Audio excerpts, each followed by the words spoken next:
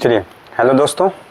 तो मैं आपके सामने आज तीसरा वीडियो लेकर के आया हूं। मैं आपको कमिट किया हूं कि 40 वीडियो मैं प्रोवाइड करूंगा आपके लिए, ऐसा से जीडी के दृष्टिकोण से, ठीक है। तो बिना टाइम पास किए हम फिर से स्टार्ट करते हैं तीसरा लेक्चर आज का, यानी प्रैक्टिस जो होगा आपका मैथ का वो तीसरा होगा, ठीक है। उम्मीद करते हैं कि आप पिछला क्लास रिवीजन करके आए होंगे, ठीक है। तो चलते हैं बिना टाइम पास किए क्वेश्चन पे। देखिए क्वेश्चन नंबर पहला क्या है। क्वेश्चन नंबर 1 है आपका, ध्यान सुनिएगा कि P और Q के औसत तथा Q और R के औसत के बीच का अंतर 25 है। ध्यान सुनिएगा, P और Q के औसत, औसत का मतलब बटा 2 किया होगा, ठीक है। और Q और R के औसत, औसत करेगा Q प्लस R का औसत करेगा, तो यानी कि इसका बटा 2 करेगा। इसका अंतर जो है 25 दिया है, ठीक है। इनका जब एलसीएम लीजिएगा तो कितना हो जाएगा, 2 आ जाएगा, ठीक है। अब आगे क्वेश्चन बढ़ते हैं। बोला है कि P और R के बीच का अंतर ज्ञात करें। आपसे पूछा है कि P माइनस R कितना होगा, इस बात को आप बता दीजिए। कोई बात नहीं, इनका एलसीएम में तो 2 आ गया। अब यहाँ पे P प्लस Q हो जाएगा, माइनस Q होगा और माइनस R हो जाएगा। ये Q से Q कट गया, ठीक है, बराबर 25 हो जाएगा। अर्थात P माइनस R ये बटा 1 करेगा तो क्रॉस मल्टीप्लाई कर लीजिएगा, तो P माइनस R का मान 50 हो जाएगा। कितना हो जाएगा, P माइनस R का मान 50 होगा, ठीक है। कोई दिक्कत तो नहीं है। अब हम चलते हैं अगले क्वेश्चन पे। उम्मीद करते हैं ये बात आपको समझ में आई होगी। अब चलते हैं हम, अगला क्वेश्चन आएगा। तो अगला क्वेश्चन देख लीजिए क्या है। अगला क्वेश्चन है कि त्रिज्या 1.2 सेंटीमीटर तथा लंबाई 22 सेंटीमीटर की धातु की, ध्यान सुनिएगा, त्रिज्या 1.2 सेंटीमीटर तथा लंबाई 22 सेंटीमीटर धातु की एक ठोस बेलनाकार छड़ को पिघलाकर 2 मिलीमीटर त्रिज्या का एक बेलनाकार तार बनाया गया है, तो तार की लंबाई कितनी होगी। देखिएगा, कल हम इस बात को बताए थे आपको कि कभी भी पिघला करके, देखिए कोई भी शेप्स को जब पिघलाएगा और एक दूसरा आकृति के रूप में तैयार करेगा, तो कभी भी उसका वॉल्यूम इक्वल करते हैं। क्या इक्वल करते हैं, वॉल्यूम इक्वल करते हैं, ठीक है। तो पिघलाने वाला जब भी क्वेश्चन आएगा, ये बात को याद रखिएगा, मैं बार बार बोल रहा हूँ, पिघलाने वाला जब भी क्वेश्चन आएगा, पिघलने वाला या पिघलाने वाला जब भी क्वेश्चन आएगा, ठीक है, तो वो क्या होगा, उसमें वॉल्यूम इक्वल करता है। क्या इक्वल करते हैं, वॉल्यूम को इक्वल करते हैं। इस बात को ध्यान रखिएगा। तो आपके सामने बोला है कि एक बेलनाकार है। अब बेलन में ध्यान से सुनिएगा, 2 बेलन है, ध्यान सुनिएगा। एक बेलनाकार ऐसा हो गया, ठीक है, ध्यान सुनिएगा, ये है बेलनाकार, ठीक है। और एक और बेलनाकार ही बनाएगा, ठीक। यहाँ पे देखिएगा, ये पतला थोड़ा सा कर देते हैं, ठीक। यहाँ देखिए, मतलब त्रिज्या 1.2 सेंटीमीटर तथा लंबाई, तो इसका त्रिज्या तो यही होता है। तो यहाँ त्रिज्या जब करिएगा तो ये दे दिया है 1.2 सेंटीमीटर, ठीक है, यानी कि R का मान दे दिया, ठीक है। बोला है कि त्रिज्या 1.2 सेंटीमीटर और लंबाई 22 सेंटीमीटर। देखिए एक और बात, ये लंबाई जो होती है ये हाइट को ही बोल देता है, तो ये दे दिया है 22 सेंटीमीटर, ठीक है। तो हम कह सकते हैं कि सर H दे दिया है 22 सेंटीमीटर, ठीक। आगे बोला है कि लंबाई 22 सेंटीमीटर की धातु की एक ठोस बेलनाकार छड़ को पिघलाकर, यानी कि ये जो छड़ है, ये मान लेते हैं कि छड़ है मेरा, ये छड़ को पिघलाकर ये क्या तैयार करता है, 2 मिलीमीटर त्रिज्या का एक बेलनाकार तार तैयार करता है। देखिए छड़ को पिघलाया है, छड़ मतलब होता है मोटा, और पिघला करके पतला सा तार, इतना पतला सा तार मान लेते हैं कि वो तैयार कर रहे हैं। तो अब जैसी बात है कि ये तार तैयार कर रहे हैं, और ये तार का जो मोटाई होती है, यानी त्रिज्या जो हो जाएगी वो कितना हो जाएगा, क्या बोला है त्रिज्या, 2 मिलीमीटर। अब एक बात को ध्यान रखिएगा, 2 मिलीमीटर को हम 0.2 सेंटीमीटर कहते हैं। इस बात को ध्यान रखिएगा आप कभी भी, ठीक है। मिलीमीटर से जब सेंटीमीटर में हम जाते हैं तो 10 से भाग करते हैं, इस बात को ध्यान रखिएगा, ठीक है। तो हाँ, इधर लिख देते हैं कि मिलीमीटर से जब आप सेंटीमीटर में जाते हैं तो 10 से भाग करते हैं। इस बात को ध्यान रखिएगा आगे, ठीक है, ध्यान सुनिएगा। तो हम कह सकते हैं कि क्या, कि 0.2 सेंटीमीटर का 0.2 सेंटीमीटर इसका त्रिज्या दे दिया। तो आपसे पूछा क्या है, आपसे पूछा है कि हाइट बताइए। देखिए क्या बोला, तो तार की लंबाई बताया, लंबाई को हम क्या बताएं, H, और इस सेंटीमीटर में ये पूछा है, तो कोई बात नहीं, हम बता देंगे। देखिए ये सब बात हम मिटा देते हैं इधर, तो क्योंकि ये आपका काम लायक नहीं है ये सब चीज़, ठीक है। पिघलने वाला बात बता दिए, नोट डाउन कर लीजिएगा, ठीक। इसको भी आप नोट डाउन कर लीजिएगा, ठीक, बैक करके वीडियो आप देख लीजिएगा, ठीक। अब चलते हैं आगे। देखिए यहाँ पे जब हम आगे चलेंगे तो आपको पता है कि बेलन का आयतन जो होता है पाई आर स्क्वायर H होता है, ठीक। यहाँ पे R1 है, यहाँ पे H1 है। फिर यहाँ पे भी चलेंगे, ये मान लेते हैं किसका है मेरा, ये मेरा छड़ का है, ठीक है, और ये जो है मेरा ये तार का है। यहाँ पे क्या हो जाएगा, पाई आर स्क्वायर, ये R2 हो जाएगा और यहाँ पे H2 हो जाएगा। बस समझिएगा, पाई से पाई तो कट गया यहाँ पे। अब रहा आर स्क्वायर H, आर का मान कितना है जी 1.2, तो 1.2 यहाँ पे क्या करेंगे 1.2 इंटू 1.2 इंटू H, H का मान कितना है 22 है, 22 सेंटीमीटर है तो 22 रख देते हैं। अब यहाँ पे देखिए R2 का मान कितना है जी, R2 का मान है 0.2, तो हम लिख देते हैं 0.2 इंटू 0.2 इंटू H2 का मान नहीं दिया तो H2 लिख देते हैं, ठीक है। यहाँ से H2 का मान निकाल लीजिए, वही आपका आंसर आ जाएगा, यानी वो तार की लंबाई आ जाएगी। ध्यान सुनिएगा, कुछ नहीं करना है, यहाँ पे पता है कि सर 1 दशमलव है, 2 दशमलव है, तो 2 दशमलव इधर भी हट जाएगा, ये भी हट गया, ठीक। अब क्या करेंगे हम 2 से काट लेंगे, तो देखिए 2 दूना 4, 4 तिहाई 12। अब कुछ नहीं करेंगे, ये बढ़ती 36 और 36 में 22 से गुना कर लेंगे, ठीक है।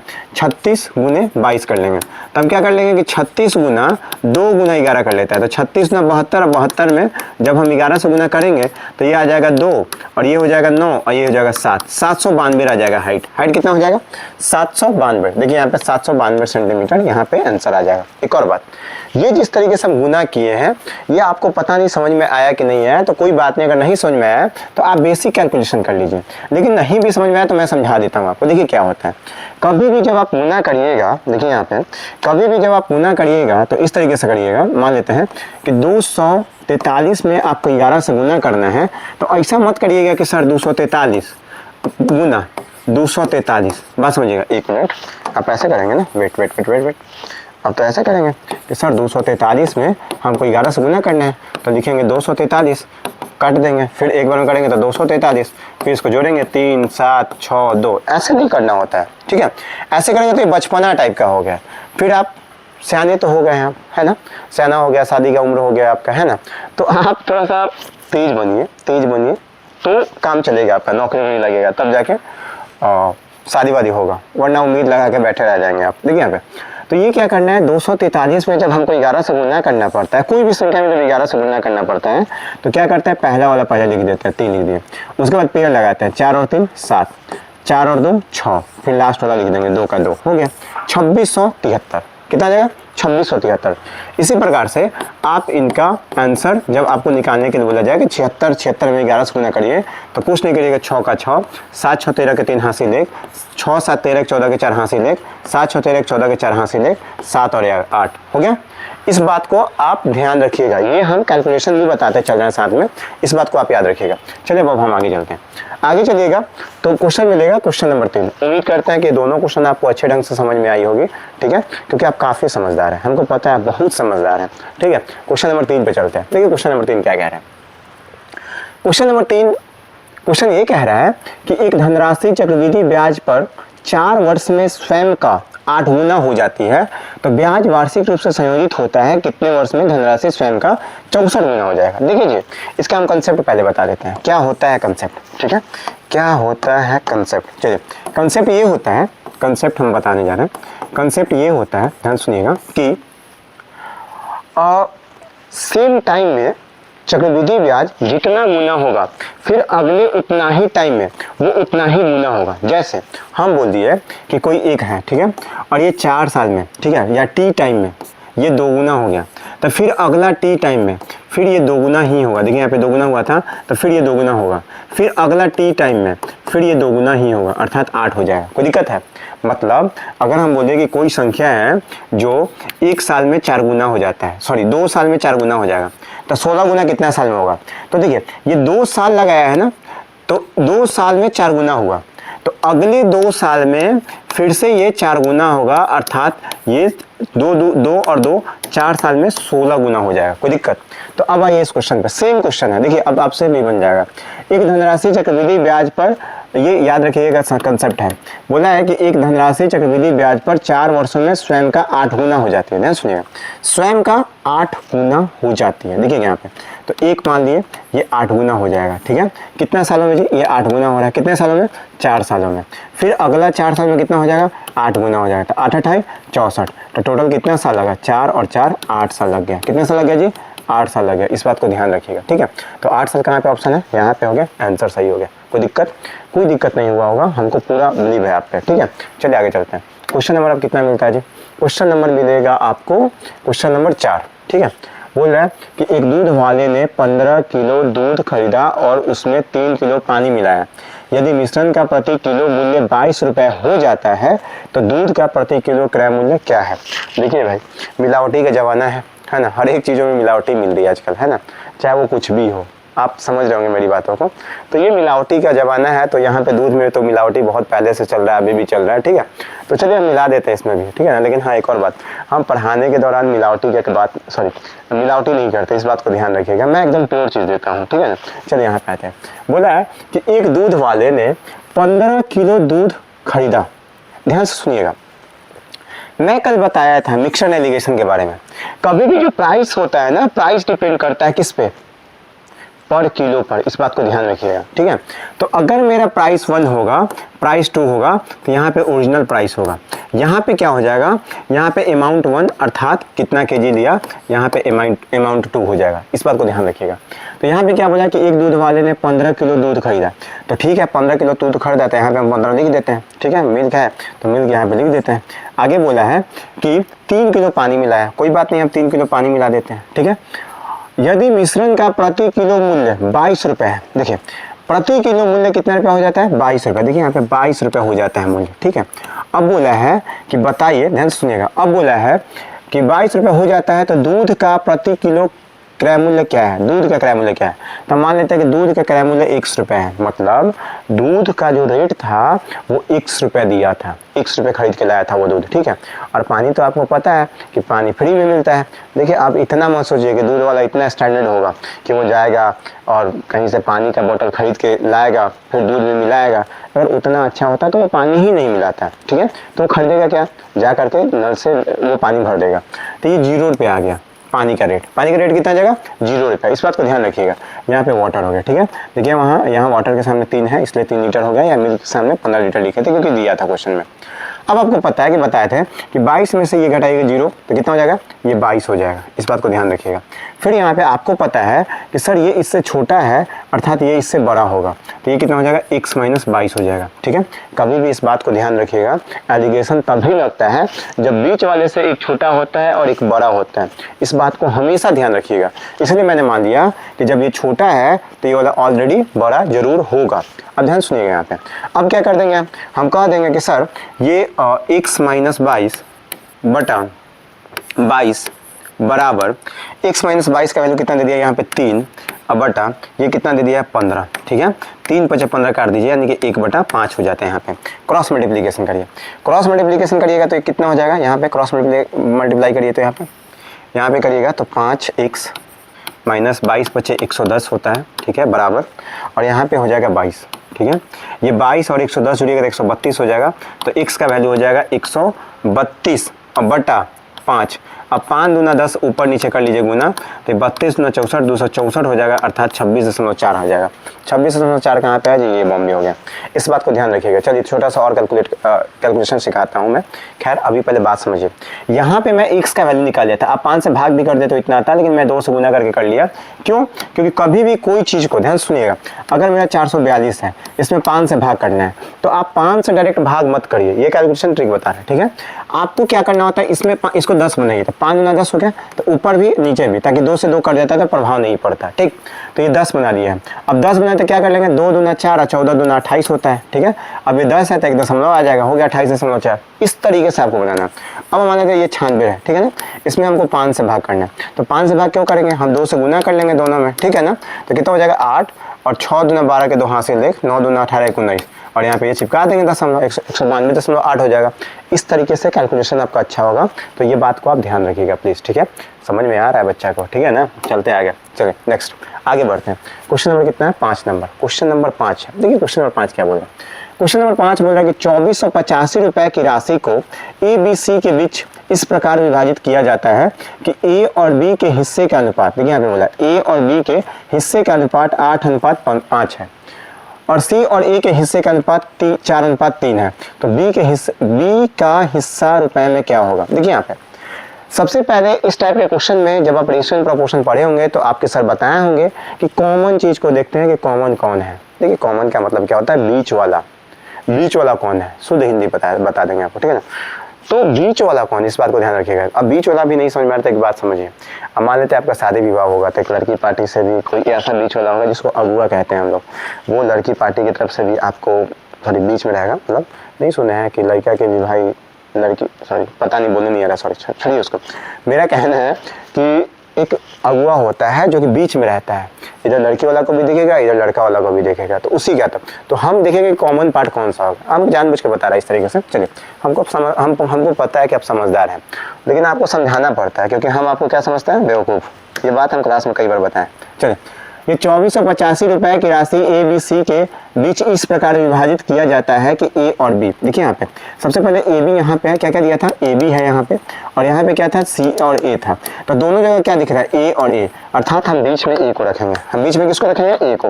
इस तरीके से पहले बात समझिए, ठीक है। हम छोटा छोटा बात को इसलिए बताते हैं क्योंकि बच्चे को यही सब चीज़ नहीं पता होता है। अब बीच में हम ए रख देंगे, ए क्या है बीच में रखे, इस बात को बता दिए कि क्या है कि दोनों जगह था ये, ठीक है। बी, यहाँ पे बी और ए हो गया, यहाँ पे क्या था, सी और ए, ठीक है, हो गया। यहाँ पे देखिए क्या बोला, ए और बी के हिस्से का अनुपात 8:5 था। ए का मान यहाँ पे 8 दिया था, बी का मान यहाँ 5 दिया था। पहला वाला पहले के लिए होता है, बाद वाला बाद वाले के लिए होता है, ठीक है। ये क्या हो गया, ये क्या हो गया, क्वेश्चन नंबर 6 विक्रेता पे आ गया नीचे। चलिए, अच्छा सॉरी, वो कुछ आ गया था, कोई बात नहीं। तो हम ये बात बताए थे, तो हमको पता है कि सर ए का मान यहाँ पे 8 है, तो ए का मान 8 है। बी का मान सर हमारा यहाँ पे 5 दिया था, तो बी का मान यहाँ 5 दे दिए। यहाँ पे कुछ नहीं है सर, तो खाली छोड़ देते हैं, ठीक। अब बोला है सी और ए के हिस्से का अनुपात, देखिए यहाँ पे सी का पहले बोला है, फिर ए का बोला है, अर्थात सी का वैल्यू 4 दिया है, सी का वैल्यू 4 दिया है, और ए का वैल्यू 3 दिया है, तो ए का वैल्यू 3 हो गया। यहाँ पे ये कर दिए, यहाँ पे खाली दिया है। एक और बात, अब इसको भरेंगे, यहाँ से ए बी सी का अनुपात निकालना हम सिखा रहे हैं आपको, ठीक है, कि अनुपात कैसे निकलता है। देखिए बात को, ये इसके बगल में खाली है, तो आप वैसा ही बिहेवियर रखते हैं आप अपना, जैसा आपका पड़ोसी वाला का होगा, बात समझ में रहा है, या जैसा आपका मित्र का होगा। तो आपके मित्र कितना रुपया लेके बैठे हैं, 8 रुपया, तो आप भी बोल दें कि हम 8 रुपया देंगे, ज़्यादा काहे दे, बात समझ में रहा है। ये 3 रुपया देंगे, तो आप बोलेंगे कि हम 3 रुपया देंगे, ज़्यादा काहे दे, बात समझ में रहा है ना। अब बात समझिएगा आप, तो ये 5 3 15 हो जाएगा, ये 18 की 24 हो जाएगा, और ये 8 चौका 32 हो जाएगा। अर्थात बी, ए और सी का अनुपात 15:24:32 आ गया। कितना आ गया, 15:24:32 आ गया। इसी रेशियो में पैसा बटाएगा। अब पैसा बांटना कितना है जी, 2485 रुपया बांटना है, ध्यान सुनिएगा। कितना रुपया बांटना है, 2485 रुपया बांटना है, ध्यान सुनिएगा। तो 2485 रुपया बांटना है कितना में, तो सर 15 और 24 को जोड़ेंगे, तो जोड़ लेते हैं ना, देखिए यहाँ पे जोड़ेंगे कैसे, 5 4 9 2 11, 11 के 1 हासिल 1, 3 2 5 1 6 1 7 71, टोटल आके 71 रुपया है, ठीक है ना। अब 71 का वैल्यू दिया था कितना, 2485, ठीक है। तो जब 71 का वैल्यू 2485 हो गया, तो आपसे पूछा कि बी को कितना रुपया मिलेगा, तो बी को मिलेगा 15 रुपया, अर्थात बी का वैल्यू कितना है 15, तो 15 का वैल्यू बता दीजिए कितना होगा। तो सर एक का वैल्यू यहाँ हो जाएगा 2485 डिवाइड बाई 71, काट दे क्या।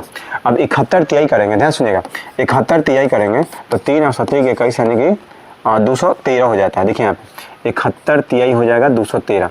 अब 213 है, अब 48 में से 13 घटाइएगा तो 35 हो जाएगा, ठीक है, यानी कि 5 बार में, यानी कि 35 बार में कट जाएगा, बात समझिएगा। ये कितना बार में कटेगा, 35 बार में, यानी कि एक का वैल्यू कितना आ गया जी, 35 आ गया, बात समझिएगा। यहाँ पे एक का वैल्यू आ गया 35, एक का वैल्यू जो 35 आ गया, ध्यान सुनिएगा, ये 35 गुना है, तो 15 का वैल्यू कितना हो जाएगा, 15 गुने 35। अब गुना कर लेंगे 15, देखिए यहाँ पे जब 15 गुना 35 से गुना करना होता है ना, तो आप सीधे 15 से गुना करिएगा, प्लीज इस बात को एकदम ध्यान रखिएगा। कभी भी टेबल वाला जितना है 20 तक 30 तक, तो हम बोलते हैं कि 30 तक याद रखिए, तो सीधे आप गुना करिए उतना से, 22 से गुना कर दीजिए, 23 से गुना कर दीजिए, 24 से गुना कर दीजिए, 27 से गुना कर दीजिए, तब आप मैथ में अच्छा नंबर लाइएगा। देखिए यहाँ पे 15 से करते हैं, 15 75 के 5 हासिल 7, 15 तिहाई 45, 45 और 7 कितना हो जाएगा 52, कितना हो जाएगा 525 रुपये। 525 का दिख रहा है जी, हो गया आंसर बॉम्बे, कोई दिक्कत है, सॉरी ए है, ए आंसर हो जाएगा। देखिए यहाँ पे, लेकिन इस टाइप में क्वेश्चन में बहुत सारा क्वेश्चन बनने की संभावना है, और क्या क्या बनने की संभावना है हम ये बात को बता देते हैं। देखिए यहाँ पे क्या क्या क्वेश्चन बन सकते हैं। आपसे पूछ सकता था कि ए का वैल्यू बताइए कि ए को कितना रुपया मिलेगा, तो ए को मिलेगा 24 रुपया, तो 24 का वैल्यू आपको बताना पड़ता है। अगर आपसे पूछता है सी का वैल्यू बताइए, तो सी को मिला था 32 रुपया, अर्थात 32 को बताना पड़ता है। अगर आपसे क्वेश्चन पूछता कि ए और बी का अंतर बताइए, तो ए और बी का अंतर यहाँ पे 9 का था, तो 9 का वैल्यू बताना था आपको। अगर आपसे पूछता है ए और सी का अंतर बताइए, तो आपको 24 और 32 का देखते हैं अंतर कितना है 8 का, तो 8 का वैल्यू बताना था आपको। अगर पूछता कि ए और बी को दोनों मिलाकर के कितना रुपया मिला, तो इन दोनों को जोड़ देते, फिर जितना वैल्यू आता है, यानी कि 24 15 मिलाते हैं 39, तो 39 का वैल्यू बताना होता आपको। अगर आपसे ए और सी का वैल्यू पूछता है, तो 24 और 32 को जोड़ते हैं, जो भी जोड़ने के बाद आता है उसका वैल्यू निकालना पड़ता है। इस बात को आप ध्यान रखिएगा प्लीज, ठीक है, ये बात जितना ज़्यादा आपको बेहतर तरीके से समझ में आएगा, आपको अगर समझ में नहीं आ रहा है तो ऐसा अगर कहीं जल्दी में बोल दिए, आप पीछे जाइए, पीछे से इस बात को समझिए, बहुत ज़रूरी है ये बात, ठीक है। अब हम आगे बढ़ते हैं। देखिए इतना बात आपको समझ में आ गया होगा, ठीक है। अब नेक्स्ट चलते हैं, अगला क्वेश्चन क्या है, देखते हैं अगला क्वेश्चन क्या है। चलिए क्वेश्चन नंबर 6 है आपका, बोल रहा है कि एक विक्रेता एक वस्तु को अंकित मूल्य पर 20% की छूट देने के बाद 25% का लाभ अर्जित करता है। देखिए मतलब 20% का छूट दिया एमपी, ठीक है। कभी भी एक बात याद रखिएगा, मैं इधर बता देता हूँ, कभी भी जो छूट दिया जाता है वो एमपी पे दिया जाता है, ठीक है। कभी भी प्रॉफिट या लॉस होता है, कभी भी डिस्काउंट या लिख दे, ठीक है।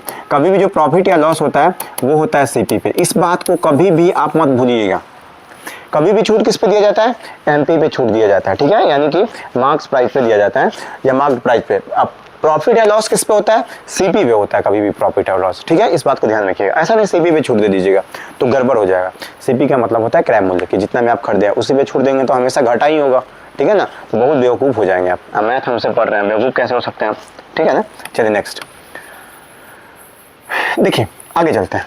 जब आगे बढ़िएगा तो यहाँ पे बोला गया है कि एक विक्रेता एक वस्तु को अंकित मूल्य पे 20% की छूट देने के बाद, तो 20% का छूट देगा अर्थात 80% का वैल्यू हो जाएगा क्या। 20% छूट देने के बाद 25% लाभ अर्जित करता है। तो लाभ किस पे होता है जी, सीपी पर लाभ होता है, अर्थात ये कितना हो जाएगा, 25% का लाभ होगा, अर्थात ये 125 हो जाएगा, 125% हो जाएगा, ठीक है। ये प्रतिशत से प्रतिशत काट लीजिए, 5 से काटेंगे तो 16 25 80 होता है, 5 से काटेंगे तो 25 25 100 होता है, ठीक है। यानी कि एमपी का मान 25 हो जाएगा और सीपी का मान 16 हो जाएगा। इस बात को ध्यान रखिएगा। तो हम कह सकते हैं कि सर एमपी बटा सीपी का वैल्यू जो हो जाएगा वो 25 बटा 16 हो जाएगा। अब आगे बात समझिएगा, बोला है कि यदि वस्तु के क्रय मूल्य में 30% का वृद्धि होती है, क्रय मूल्य में, ये क्रय मूल्य मेरा मान लेते हैं एक समय के लिए कि ये क्रय मूल्य मेरा एमपी हो गया 2500, ये हो जाएगा 1600, ताकि कैलकुलेशन करना आसान हो जाए। देखिए यहाँ पे तो ये बोला है कि 30% का वृद्धि हो जाए क्रय मूल्य में, अर्थात 1600 की जगह मेरा जो नया वाला सीपी आएगा, वो न्यू वाला जो सीपी आएगा वो 1600 का 130% होगा, 130% होगा। ये काटिएगा तो डबल जीरो आ जाएगा, ठीक है। यहाँ पे कितना हो जाएगा, 13 से 80 में गुना करते हैं, 13 6 78 के 8 हासिल 7, ठीक है। 13 कम 13, 13 7 20, ठीक है। और यहाँ पे एक जीरो था तो ये जीरो चिपका देते हैं, यानी कि कितना आ जाएगा जी, 2080 आ जाएगा नया वाला क्रय मूल्य। नया वाला क्रय मूल्य कितना हो जाएगा जी, 2080 आ जाएगा। ध्यान सुनिएगा, बोल रहा है कि यदि वस्तु का क्रय मूल्य में 30% की वृद्धि होती है तो 15% लाभ अर्जित करने के लिए समान अंकित मूल्य पर कितने प्रतिशत का छूट देनी चाहिए। बात समझिएगा, ये समान अंकित मूल्य है लेकिन इसको 15% का प्रॉफिट कमाना है, तो ये तो नया वाला सीपी ये हो गया। अब इसको 15% का जब प्रॉफिट कमाएगा तो 2080 का, ध्यान सुनिएगा, 2080 का क्या ये 115% नहीं निकालेगा, बिल्कुल 115% निकालेगा। क्यों, क्योंकि इसको प्रॉफिट कमाना है। तो ये हमारा आ जाएगा एसपी। बात समझिएगा, ये क्या आ जाएगा हमारा एसपी। अब देखिए यहाँ पे ये प्रतिशत आएगा, तो आपको पता है कि प्रतिशत जब हटता है तो नीचे क्या आ जाता है जी, जब प्रतिशत हटता है तो नीचे आ जाता है 100। ये प्रतिशत को हम हटा रहे हैं, प्रतिशत हटाने पे नीचे आ जाएगा 100, ये 100 हम कर देते हैं। जैसे ही ये 100 आएगा तो ये कट जाता है 23 बार में और ये कट जाता है 20 बार में, ठीक है। ये 0 से 0 कट जाता है, 2 से काटिएगा तो ये 104 आ जाता है। अब 104 में 23 से गुना करेगा तो 23 चौका 72 होता है और 23 से कम 23 आता है, अर्थात आप सामान जो बेचिएगा वो बेचिएगा 2372 रुपये में। ये क्वेश्चन पूछ सकता है कि आप बताइए कितना में सामान बेचे हैं, तो 2372 में बेचे हैं, लेकिन ये क्वेश्चन में दम है, वास्तव में दम है। अब आपसे पूछा है कि बताइए कि कितना का छूट दीजिएगा, तो 2500 का सामान है, यहाँ पे देखिएगा ये 2500 का सामान है, एमपी आपका 2500, क्योंकि एमपी में कोई बदलाव नहीं हुआ है और आप बेचना चाहते हैं 2372 रुपये में। कितने बेचने में चाहते हैं जी, 2372 रुपये में। तो छूट कितना का दीजिएगा जी, अर्थात यहाँ पे तो आपका 28 हो गया 2400, यानी कि 128 रुपये का छूट दे रहे हैं। कितना का छूट दे रहे हैं, 128 का छूट दे रहे हैं। कितना पर दे रहे हैं, 2500 पर दे रहे हैं, ठीक है। और गुना कितना हो जाएगा 100। क्यों, ये डिस्काउंट प्रतिशत हम निकाल रहे हैं, बात समझिएगा, क्योंकि डिस्काउंट, और हमको पता है कि सर डिस्काउंट प्रतिशत बराबर जो होता है वो डिस्काउंट बटा एमपी और गुना 100 होता है। इस बात को ध्यान रखिएगा प्लीज। डिस्काउंट प्रतिशत बराबर होता है, डिस्काउंट प्रतिशत बराबर होता है डिस्काउंट बटा एमपी गुना 100, ठीक है। इस बात को ध्यान रखिएगा। तो हम कुछ नहीं करेंगे, 00 से 00 काट लेंगे और यहाँ से 25 से काटेंगे, तो 25 से मत काटिए, आप सीधे 4 से गुना कर लीजिए, 4 से गुना कर लीजिए, ठीक। 4 से जब गुना करिएगा तो कितना हो जाएगा, 4 8 है 32, ये देखिए 4 8 है 32 के 2 हासिल 3, हासिल 3, अब वर्चक 48, 48 और 3 कितना हो जाता है जी 51, ठीक है। और यहाँ पे नीचे डबल जीरो था इसलिए 5.12 हो जाएगा। कितना परसेंट का? 5.12% का डिस्काउंट देना चाहिए। कितना परसेंट का डिस्काउंट देना चाहिए? 5.12% का। यहाँ पे एक और नया चीज़ सीख लीजिए, कभी भी मान लेते हैं कि 128 में जब हमको 25 से भाग करना था तो हम डायरेक्ट 25 से भाग नहीं करते। क्यों? क्योंकि ये कैलकुलेटिव हो जाता है। हम सीधे नीचे 100 बनाते हैं, डबल जीरो, ठीक है, 4 से गुना करके। 25 से जब हो तो 4 से गुना करिए, 5 जब हो नीचे तो कितना से गुना करिएगा आप? देखिए नीचे जब 5 हो, देखिए जब नीचे 5 हो, ठीक है, तो यहाँ पे 2 से गुना करते हैं, ठीक है। नीचे जब 25 हो, तो नीचे हम 4 से गुना करते हैं, ठीक है। नीचे जब 20 हो तो हम यहाँ पे 5 से गुना करते हैं। इस बात को ध्यान रखिएगा, ठीक है। नीचे हम 5 से गुना करते हैं, इस बात को ध्यान में रखते हैं। नीचे जब 50 हो तो भी 2 से गुना करते हैं, ठीक। इस बात को आप याद रखिएगा कभी भी। तो यहाँ पे 4 था तो हम क्या किए थे कि नीचे ऊपर दोनों में 4 से गुना किए ताकि 4 और 4 कट जाता। तो देखिए 4 8 32 के 2 हासिल 3 आता, और बच्चों का 48, 48 3 51 आता, और 25 का 100 आता, तो फिर 100 से भाग करते तो 5.12 आ जाता है। इस बात को आप जितना जल्दी समझ जाएंगे, जितना बेहतरीन समझेंगे, उतना ज़्यादा नंबर आएगा आपका, ठीक है। 20 में 20 ऐसे नहीं आता, 20 में 20 के लिए आपको मेहनत करना पड़ता है। और मैं आपको बताया हूँ कि लगातार ये सीरीज अगर आप ज्वाइन कर लेते हैं, 40 क्लास देख लेते हैं, 40 क्लास के क्वेश्चन पे अगर आप कमांड कर लेते हैं तो ऐसा हो नहीं सकता कि आपका 20 में 20 ना आए, ठीक है। बस आपको जितना मैं बात बता रहा हूँ वो सब ध्यान में रखिएगा, प्लस एक्स्ट्रा जो क्वेश्चन करवाते हैं उसको भी ध्यान में रखिएगा। फॉर्मूला वगैरह याद करते रहिएगा, रिवाइज करते रहिएगा। रहा बात भूलने की बीमारी, तो भूलने का बीमारी सबको होता है, हमको भी है, सबको होता है, ठीक है। अगर कोई बोल रहा है कि हम नहीं भूलते हैं, एक बार में याद कर लेते हैं, तो उसको लाइए बढ़िया पिटाई करिए, बात समझ लीजिए। क्यों? क्योंकि फेंक रहे हैं। अब फेंकने वाले इंसान को एकदम से उससे बात नहीं करिए, फिर पिटाई उटाई करके छोड़ दीजिए एकदम कि नहीं हमको आपसे नाता वाता नहीं है ना, हाथ जोड़ लीजिए कि नहीं भैया हम आपको नहीं जानते हैं, एकदम इस बात को ध्यान रखिएगा। भूलने की बीमारी सबको होता है, सबको भूलता है, ठीक है। या फिर अगर उनको याद हो जाता है एक बार में तो भेज दीजिए दूसरे यूनिवर्स पे, कि नहीं तो दूसरे यूनिवर्स पे कैसे जाएंगे, पीट वाट के हटा के मार उठ के भेज दीजिए आप कहीं पे। चलिए खैर, क्वेश्चन नंबर 7 बोला है कि यदि 73A 215 11 से विभाज्य है और 56B 26 9 से विभाज्य है तो A + B का मान ज्ञात करें। देखिए सबसे पहले 11 से विभाज्य है तो 11 का विभाज्यता का नंबर 11 के विभाज्यता का नियम आपको याद रखना पड़ेगा। 9 से विभाज्य है तो 9 के विभाज्यता का नियम याद रखना पड़ेगा। तो हम दोनों का विभाज्यता का नियम सबसे पहले बता देते हैं। देखिए 11 का विभाज्यता का नियम क्या है कि ऑड प्लेस का सम इवन प्लेस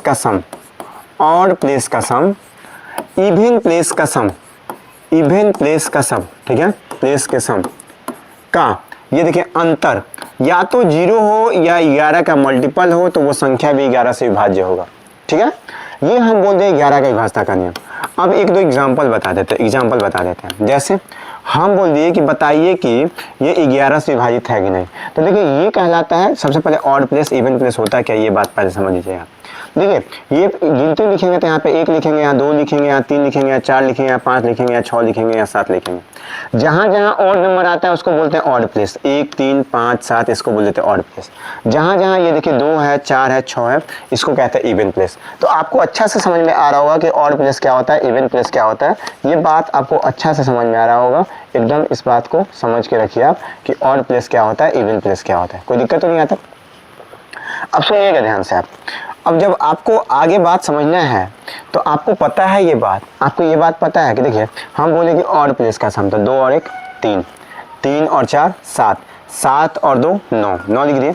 इवन प्लेस का सम 4 2 6, 6 और 3 9, इन दोनों का अंतर कितना आ गया 9, 9 9 का अंतर कितना आ गया 0। अब 0 आ गया तो 0 तो सभी संख्या से कटती है, तो हम बोले या तो 0 आना चाहिए, 11 का मल्टीपल आना चाहिए, अर्थात हम कह सकते हैं कि ये संख्या 11 से कट जाएगा। बात समझिएगा। अगर हम बोल दें कि देखिए 2 4 3 ऐसा लिख दिए तो देखिएगा तो क्या हो जाएगा 2 और 3 5, ठीक है। और यहाँ पे क्या आ जाएगा 4, 5 और 4 का अंतर 1 आता है, अर्थात 11 से नहीं कटेगा। तो अब आपको समझ में आ रहा होगा कि 11 से कटने का नियम क्या है, कि 11 से कटने का नियम क्या है। इस बात को आपको अच्छा से समझ में आ रहा होगा। चलिए यहाँ तक उम्मीद करते हैं कि आपको समझ में आ रहा होगा। अब आगे चलते हैं। देखिए इसका स्क्रीनशॉट ले लीजिए, मैं थोड़ा साइड हट जाता हूँ ताकि आपको लिखने में दिक्कत ना हो, क्योंकि मैं इसको मिटाऊंगा। क्यों? क्योंकि हमको 9 का विभाज्यता का नियम ही बताना है। चलिए अब 9 का विभाज्यता का नियम बता देते हैं। देखिए 9 का विभाज्यता का नियम क्या है। 9 का विभाज्यता का नियम है आपका, ध्यान सुनिएगा। 9 का विभाज्यता का नियम है कि संख्याओं का योग अगर 9 से कट जाता है, संख्याओं का योग, देखिए हम क्या बोले, संख्याओं का सम, संख्याओं का योग, सॉरी जो संख्या है उसमें दिए गए अंकों का योग, ठीक है। अंकों का सम, देखिए यहाँ पे लिख लीजिएगा, अंकों का सम अगर 9 से कट जाता है तो वह संख्या भी 9 से कट जाएगा, कोई दिक्कत। अब देखिए संख्या में क्या क्या है, 4 2 6, ठीक है, 6 8 14, 14 4 18, ये 18 आ गया। क्या 18 9 से कट जाता है? बिल्कुल कटता है। या 18 9 के परा में आता है? बिल्कुल आता है। तो हम कह सकते हैं कि ये संख्या भी 9 से विभाज्य होगा, कोई दिक्कत। अब हम देखिए ये बात बताते हैं, ठीक है, ये बात बता दें। तो देखिए सर 4 और 3 7 2 9, 9 2 11, सर ये 9 के पारा में नहीं आता था, ये 9 से नहीं कटेगा। अब हम चलते आगे। आगे आप समझ में आपको कि क्या हो जाएगा, 9 का विभाज्यता का नियम और 7 का विभाज्यता का नियम। ये बात आप अगर अभी स्क्रीनशॉट नहीं ले पाए होंगे तो पीछे आप करके देख लीजिएगा, ठीक है, क्योंकि मैं बोल के आपको समझा भी दिया।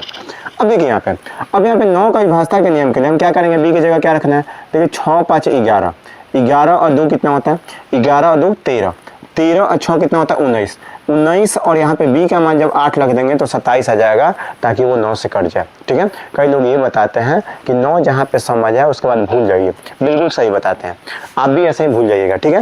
देखिए जैसे ये भी हो सकता था कि देखिए वो 6 6 12, ठीक है, 12 2 14, 14 4 18 और 1 ज़्यादा हो गया तो 1 में 8 जोड़ देते तो 9 आ जाता है। एक ऐसा भी तरीका होता है, ठीक है, इस बात को ध्यान रखिएगा। तो आप जैसे कंफर्टेबल है, ऐसा जरूरी नहीं कि बस यही याद रखिए, आपको जैसे याद हो जाता है वैसे याद रखिए, ठीक है। अब आगे यहाँ पे 11 का, तो यहाँ से हमको पता चला b का मान सर 8 है। अब 11 के विभाज्यता के नियम के sir odd multiple, odd place का सम करिए सर पहले।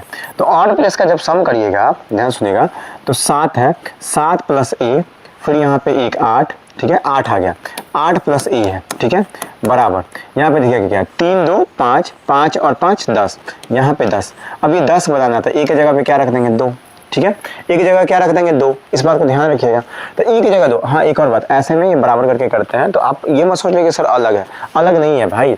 आप सोचिए ना कि ऐसे करेंगे कि 8 प्लस a का अंतर, यहाँ पे 10 आ गया, इसका अंतर 0 आना चाहिए था, क्या रखेंगे 2 ही ना रखेंगे, ठीक है, 2 रखेंगे, इस बात को ध्यान रखिएगा। कभी भी अंक में रखते हैं, संख्या मत रख दीजिएगा क्योंकि वो अंक रहता है। तो क्या हो जाएगा, a का मान 2 आ गया, तो हमको पता है कि सर a का मान 2 आ गया, b का मान सर 8 आ गया, तो 8 और 2 कितना हो जाएगा 10 हो जाएगा। अब 10 क्या हो जाएगा ऑप्शन में a में है, देखिए यहाँ पे a प्लस b का मान 10 आ गया। नेक्स्ट आगे चलते हैं, आगे जब चलेगा तो क्वेश्चन नंबर आपको मिलेगा क्वेश्चन नंबर 8। 8 नंबर क्वेश्चन ये बोल रहा है कि 3 संख्याएं 3:8:15 के अनुपात में है और उनके लघुत्तम समापवर्तक 8280 है, तो उनका महत्तम समापवर्तक ज्ञात करिए। देखिए हम कल ही बताए थे कि अगर संख्याओं के रेशियो दिया रहा है, ठीक है, ए बी सी दिया है, ठीक है, और इसका एचसीएफ हम एच मान लेते हैं, ठीक है, तो इसका एलसीएम कैसे निकलता है, संख्या कैसे निकलता है, ये सब बात बताए थे, संख्या कैसे निकलता है, तीनों बात बता देता है, ठीक है। देखिए अगर संख्या ए बी सी के रूप में दिया है, फॉर्म में दिया है, रेशियो में दिया है, तो हम अगर संख्या का एचसीएफ अगर हम एच मानते हैं तो जो संख्याएं होती है वो एच ए होती है, एच बी होती है और एच सी होती है। सबसे पहले इस बात को ध्यान रखिए, क्या क्या होती है, संख्या एच ए होती है, एच बी होती है और क्या होती है, एच सी होती है, ठीक है। अब हम आगे बढ़ेंगे तो एलसीएम बराबर क्या होता है सर, एलसीएम बराबर होता है एच ए बी होता है, ठीक है, और सी है तो एच ए बी सी। जब 2 हो तो ए बी होता है, 3 हो तो सी हो, अगर 4 हो तो डी हो जाएगा। कोई दिक्कत नहीं होनी चाहिए। तो यहीं से हमको पता है कि सर एलसीएम बराबर एच ए बी होता है। देखिए सर एलसीएम बराबर हम जानते हैं कि एच ए बी सी होता है, और एलसीएम दिया है सर 8280, तो एलसीएम दे दिया है सर जी 8280, और एच का मान हमको नहीं पता है सर, तो एच छोड़ देते हैं। ए का मान सर जी हमको पता है 3 है, बी का मान 8 है और सी का मान 15 है। अब हम काट लेते हैं, काटेंगे तो सर सबसे पहले हम किससे काट दें, आदू 10 10 8 18, 3 से ही काट लेते हैं। 3 से काटेंगे सर तो कितना बार में कटेगा ये, देखिए यहाँ पे 3 दूना 6, ठीक है, 2 2, 3 7 21, 3 6 18, ये 2760 हुआ। फिर सर अभी काम करते हैं 8 से काट लेते हैं। 8 से काटेंगे तो कितना, 8 की 24, 24 3 27, 3 6 और 4 32, 8 5 40। अब सर 15 से काट लेते हैं, 15 दूना 30, 15 3 45, तो एच का मान कितना जाएगा 23। एच का मान कितना जाएगा जी 23। ओह सॉरी कुछ गलती कर दिया, 23 क्यों आ रहा है, 23 का मल्टीपल 69 तो दिख रहा है, तो हमको तो पता है कि इसका एचसीएफ 69 आ जाएगा, लेकिन यहाँ पे तो एचसीएफ 69 आना चाहिए ना, 23 क्यों आ रहा है, कुछ गलती कर देगा। 8280 है, यहाँ पे 3 से काटे हैं, तो 3 से काटे हैं तो 3 दूना 6, ठीक है। फिर से काट के देखें क्या, 1 मिनट, नहीं मिला लेते हैं, इतना नहीं करना होता। चलिए फिर से करते हैं, काम कर लेते हैं, इसको फिर से काट लेते हैं, ठीक। वैसे तो 69 हमको आंसर दिख रहा है, लेकिन मैं आपको सेटिस्फाइड करने के लिए मैं फिर से करता हूँ, ठीक है। ये कितना है 8280 है, 8280 है, ठीक है। और एचसीएफ को हम एच मान लिए हैं, संख्या दिया था 3, फिर दिया था 8, फिर दिया था 15, ठीक है। अगर आप चाहें तो पहले 3 से काटिएगा, तो सर 3 से काटिएगा तो ये 3 से काटिएगा तो कैसे हो जाएगा, 3 दूना 6, ठीक है, 3 दूना 6, 2 2, 3 7 21, 1 8, 3 6 18, ये 2760 हो गया। फिर 8 से काटिएगा तो 8 से काटे तो 18 की 24, ठीक है, 18 की 24, 3 है ये, ठीक है, 18 की 24, 3 6 8 6 का 32, 8 5 40, 345 हो गया। 15 से काटिएगा, ठीक है। ओह, यहाँ पे 15 नहीं, यहाँ पे 5 ही होगा, ठीक है, क्योंकि 3 यहाँ पे ऑलरेडी पहले से है। तो 15 से काटते हैं यहाँ पे, तो 15 दूना 30, यहाँ पे 23 आ रहा है इसी कारण से, ठीक है, कोई बात नहीं। तो थोड़ा सा ध्यान रखिएगा, एच का मान जब 23 आ गया ना, ध्यान से रखिएगा प्लीज़। यहाँ पे कैलकुलेट करने के बाद इस बात को ध्यान रखिएगा कि हम एलसीएम बराबर लिखे थे 2800, ठीक है, लिख देते, सॉरी 8280 ना, ठीक है, 8280 बराबर h, यानी कि h इंटू ए का मान 3 था, इसका मान 8 था, इसका मान 15 था, तो h का मान जो 23 आ रहा था, यहाँ पे देखिए 15 है, तो 15 को 2 बार यहाँ पे 3 इंटू 3 लिख दिए, इसलिए हमारा 23 गुने 3 69 हो जाएगा आंसर। कितना आंसर हो जाएगा मेरा? 69। इस बात को ध्यान रखिएगा, ठीक है, 69 होगा आंसर एचसीएफ मेरा। अब संख्या पूछता तो संख्या हम क्या कर लेते हैं, देखिए ध्यान से, यहाँ पे क्या लिखा था, ए का मान 3, बी का मान कितना दिया था 8, ठीक है, सी का मान कितना दिया था 15, ठीक है। हम क्या कर लेते हैं कि h का मान यहाँ पे भर लेते हैं। h का मान कितना था जी, h का मान मेरा भरते तो h का मान आ गया था 69, ठीक है, तो 69 गुने 3, 69 गुने 8, 69 गुने 15, ये सब संख्याएं आ जाता है। जब आप एलसीएम निकालते तो आपके पास इतना ही 8280 ही आता। इस बात को ध्यान रखिएगा कि कभी कभी एचसीएफ आप जब ऐसा यूज करेंगे, डेटा पूरा रखेंगे, एलसीएम बराबर HAB करेंगे, तो वहाँ पे क्या आता है कि मल्टीपल लिखना होता है कि उसका पहले को यूज कर चुके हैं कि नहीं डेटा, ठीक है। अगर कर लिए है तो मत करिएगा दोबारा, ठीक है, क्योंकि ये रेशियो फॉर्म में लिखना होता है। यहाँ पे ये 15 था तो सिर्फ हम अगर 5 रखते तो आंसर आ जाता, 15 रखे तो जब 23 आया था तो इसलिए 3 से गुना कर दिए थे, ठीक है। इस बात को ध्यान रखिएगा। कन्फ्यूजन होगा तो आप कमेंट बॉक्स में बताइए सर कन्फ्यूजन है, तो मैं अगली क्लास में फिर से मैं बता दूंगा इस क्वेश्चन, ठीक। चलिए, अगर ज़्यादा कन्फ्यूजन होगा तो मुझे नहीं लगता कि कन्फ्यूजन होना चाहिए, लेकिन अगर हो गया तो मैं बताऊँगा आपके लिए, मैं खड़ा हूँ हमेशा। चलिए क्वेश्चन नंबर 9, ठीक है, क्वेश्चन नंबर 9 पे चलते हैं। साधारण ब्याज पे 4 वर्ष में एक राशि 100% की वृद्धि होती है, तो 2 वर्ष बाद समान ब्याज की दर पे 400 रुपए की चक्रवृद्धि ब्याज ज्ञात करें। देखिए ऐसा क्वेश्चन तो एकदम आप मेंटली बना सकते हैं बिना पेन यूज किए। देखिए क्या होता है, बोला कि साधारण ब्याज पे 4 वर्षों में एक राशि 100% की वृद्धि होती है। कितने परसेंट की वृद्धि होती है? 100% की। बात समझिएगा, 100% का मतलब क्या होता है, हम कल बताए थे कि ईसाई बराबर क्या होता है जी, RT%, ठीक है। अब हमको ईसाई कितना वृद्धि हो गया, 100 का, ठीक है। और आर का मान कितना दिया था, आर का मान दिया नहीं था, टाइम दिया था, आर का मान नहीं दिया लेकिन टाइम दिया है 4 साल।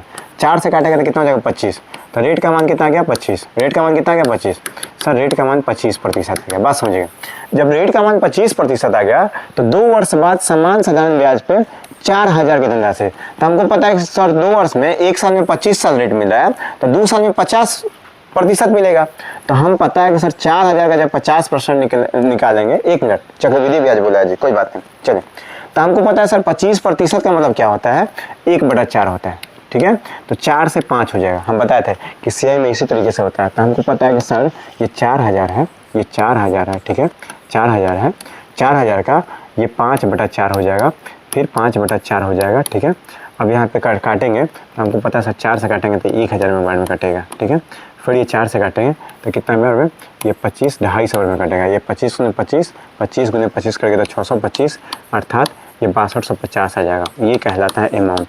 ये जानबूझ के बताया है ताकि आपको अगर अमाउंट निकालने के लिए कभी बोला जाए तो इस तरीके से ये अमाउंट निकाल सकते हैं। इस बात को ध्यान रखिएगा। तो ये हमारा क्या आता है, ये हमारा आता है अमाउंट। इस बात को ध्यान रखिएगा। क्यों? क्योंकि ये साधारण ब्याज पे नहीं बोला, ये चक्रवृद्धि ब्याज पे बोला है। और चक्रवृद्धि ब्याज पे जब भी बोले तो 25% को तोड़िए, 1/4 आ जाएगा 25% का मतलब, ठीक है। यानी कि 4 से 5 होगा, फिर 4 से 5 होगा, ठीक है। तो हम क्या किए कि 4000 का 5/4 हो जाएगा पहले साल के लिए, फिर दूसरे साल के लिए ये पूरा हो जाएगा, फिर इसका 5/4 होगा। ये पूरा कैलकुलेट किया तो 6250 ही अमाउंट है। और हमको पता है कि CI बराबर या SI बराबर, कुछ आप कर लीजिए, ठीक है। CI या SI सीधे एक लाइन में समझिए कि ब्याज बराबर क्या होता है। ब्याज बराबर क्या होता है, मिश्रधन यानी कि अमाउंट, मिश्रधन और माइनस मूलधन होता है। अब मिश्रधन दिया था सर जी 6250 दिया था, और सर मूलधन दिया था सर कितना था, 1 मिनट, मूलधन दिया था हमारा, ठीक है, 4000। तो आंसर आ जाता सर 2250, ठीक है। लेकिन क्या हम इतना कैलकुलेशन करेंगे, मैं मिटा रहा हूँ जी, स्क्रीनशॉट ले लीजिएगा आपको जिनको लेना है, ठीक है, या पीछे जा करके आप देख लीजिएगा। इतना करेंगे? बिल्कुल नहीं करेंगे। CI का क्वेश्चन है, इतना वैल्यू करेगा तब तो हो गया कहानी, अब बात समझिए कैसे बनाएंगे हम इसको। देखिए हम सीधे इस क्वेश्चन को ऐसे बनाते हैं कि सर ऑब्वियसली सी बात है कि ये 4 वर्षों में ये 100% दे रहा है और हमको पता है कि ईसाई बराबर RT% होता है, ठीक है, इस बात को ध्यान रखिएगा। तो वहां से तुरंत पता चलता है कि R का मान 25% आएगा। क्यों? क्योंकि 100 बटा जब हम 4 करते हैं तो 25 आ जाता है, वो 25 R का मान आ जाता है। अब हमको पता है कि सर 25% आ गया R का मान, एकदम आसान सी भाषा में, ठीक है। अब बात समझिएगा हमारा, जब 25% R का मान आ गया तो CI निकालना है। तो हम बताए थे कि CI के लिए सक्सेसिव लगा सकते हैं आप, अर्थात 25 + 25 दूसरा के लिए बताए थे, प्लस 25 × 25 बटा 100। ध्यान सुनिएगा, तो इसको मन में करते हैं कि 25 × 25 = 50। अब 25 का स्क्वायर 625 अर्थात 56.25% होगा। कितना हो जाएगा? 56.25%। देखिएगा ध्यान से, किसका? 4000 का। तो 4000 का 40,000 का 40,000 का 4000 का अब 56.25% निकालते सीधे 56.25% निकालते, ठीक है। ये हटाएगा तो नीचे डबल जीरो और ये हटाएगा तो डबल जीरो, ये हटाइएगा तो, ठीक है ना। तो ये 3 जीरो से 3 जीरो ये कट गया, ठीक है। अब गुना कर लीजिए आप, 4 से गुना करिएगा, 1 मिनट, हाँ ठीक है, 4 से गुना करिएगा, सॉरी 5 से काट लेंगे, 5 से काटते हैं यहाँ पे। 11 × 5 = 55, 5 × 10, 50 25, 5 से कटेगा 5 × 10, 2 से कटेगा 2 बार में। अब देखिए यहाँ 11 × 22, 22 और 50 आ जा रहा है, कोई दिक्कत? इस तरीके से क्वेश्चन बन सकता था जल्दी से।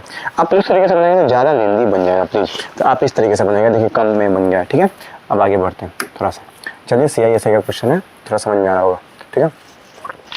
उम्मीद करते हैं कि ये बात आपको समझ में आ रहा हो। एक और बात, मैं जब जब पढ़ रहा था तो, या फिर अभी भी पढ़ता हूँ, ऐसा नहीं कि नहीं पढ़ता हूँ, आपको बताने से पहले भी मैं पढ़ के आता हूँ, या फिर कई दफ़ा पढ़ना ही होता है, क्वेश्चन देखना ही होता है, डाउट वगैरह बच्चों के लिए होता है, ध्यान सुनिएगा। तो मैं एक चीज़ को गौर करता हूँ कि जब आप कोई चीज़ आपका फंसता है तो आप वहीं पे रुक जाते हैं। मतलब मैं अगर इस बात को समझा रहा हूँ पूरा, ये पूरा बात मुझे समझाना है, तो मैं अगर यहाँ समझा रहा हूँ, ठीक है, और ये समझाते हुए मैं यहाँ पे आ गया हूँ, ठीक है, तो आप क्या करते हैं, अगर आपको ये बात यहाँ पे नहीं समझ में आया तो आप यहीं पे पकड़ के बैठे रहते हैं कि ये कैसे, मोटरसाइकिल कैसे, यहाँ पे कैसे, ये कैसे, मतलब एक क्वेश्चन जो भी है आपको वहाँ पे पकड़ के उस पॉइंट को रखता है।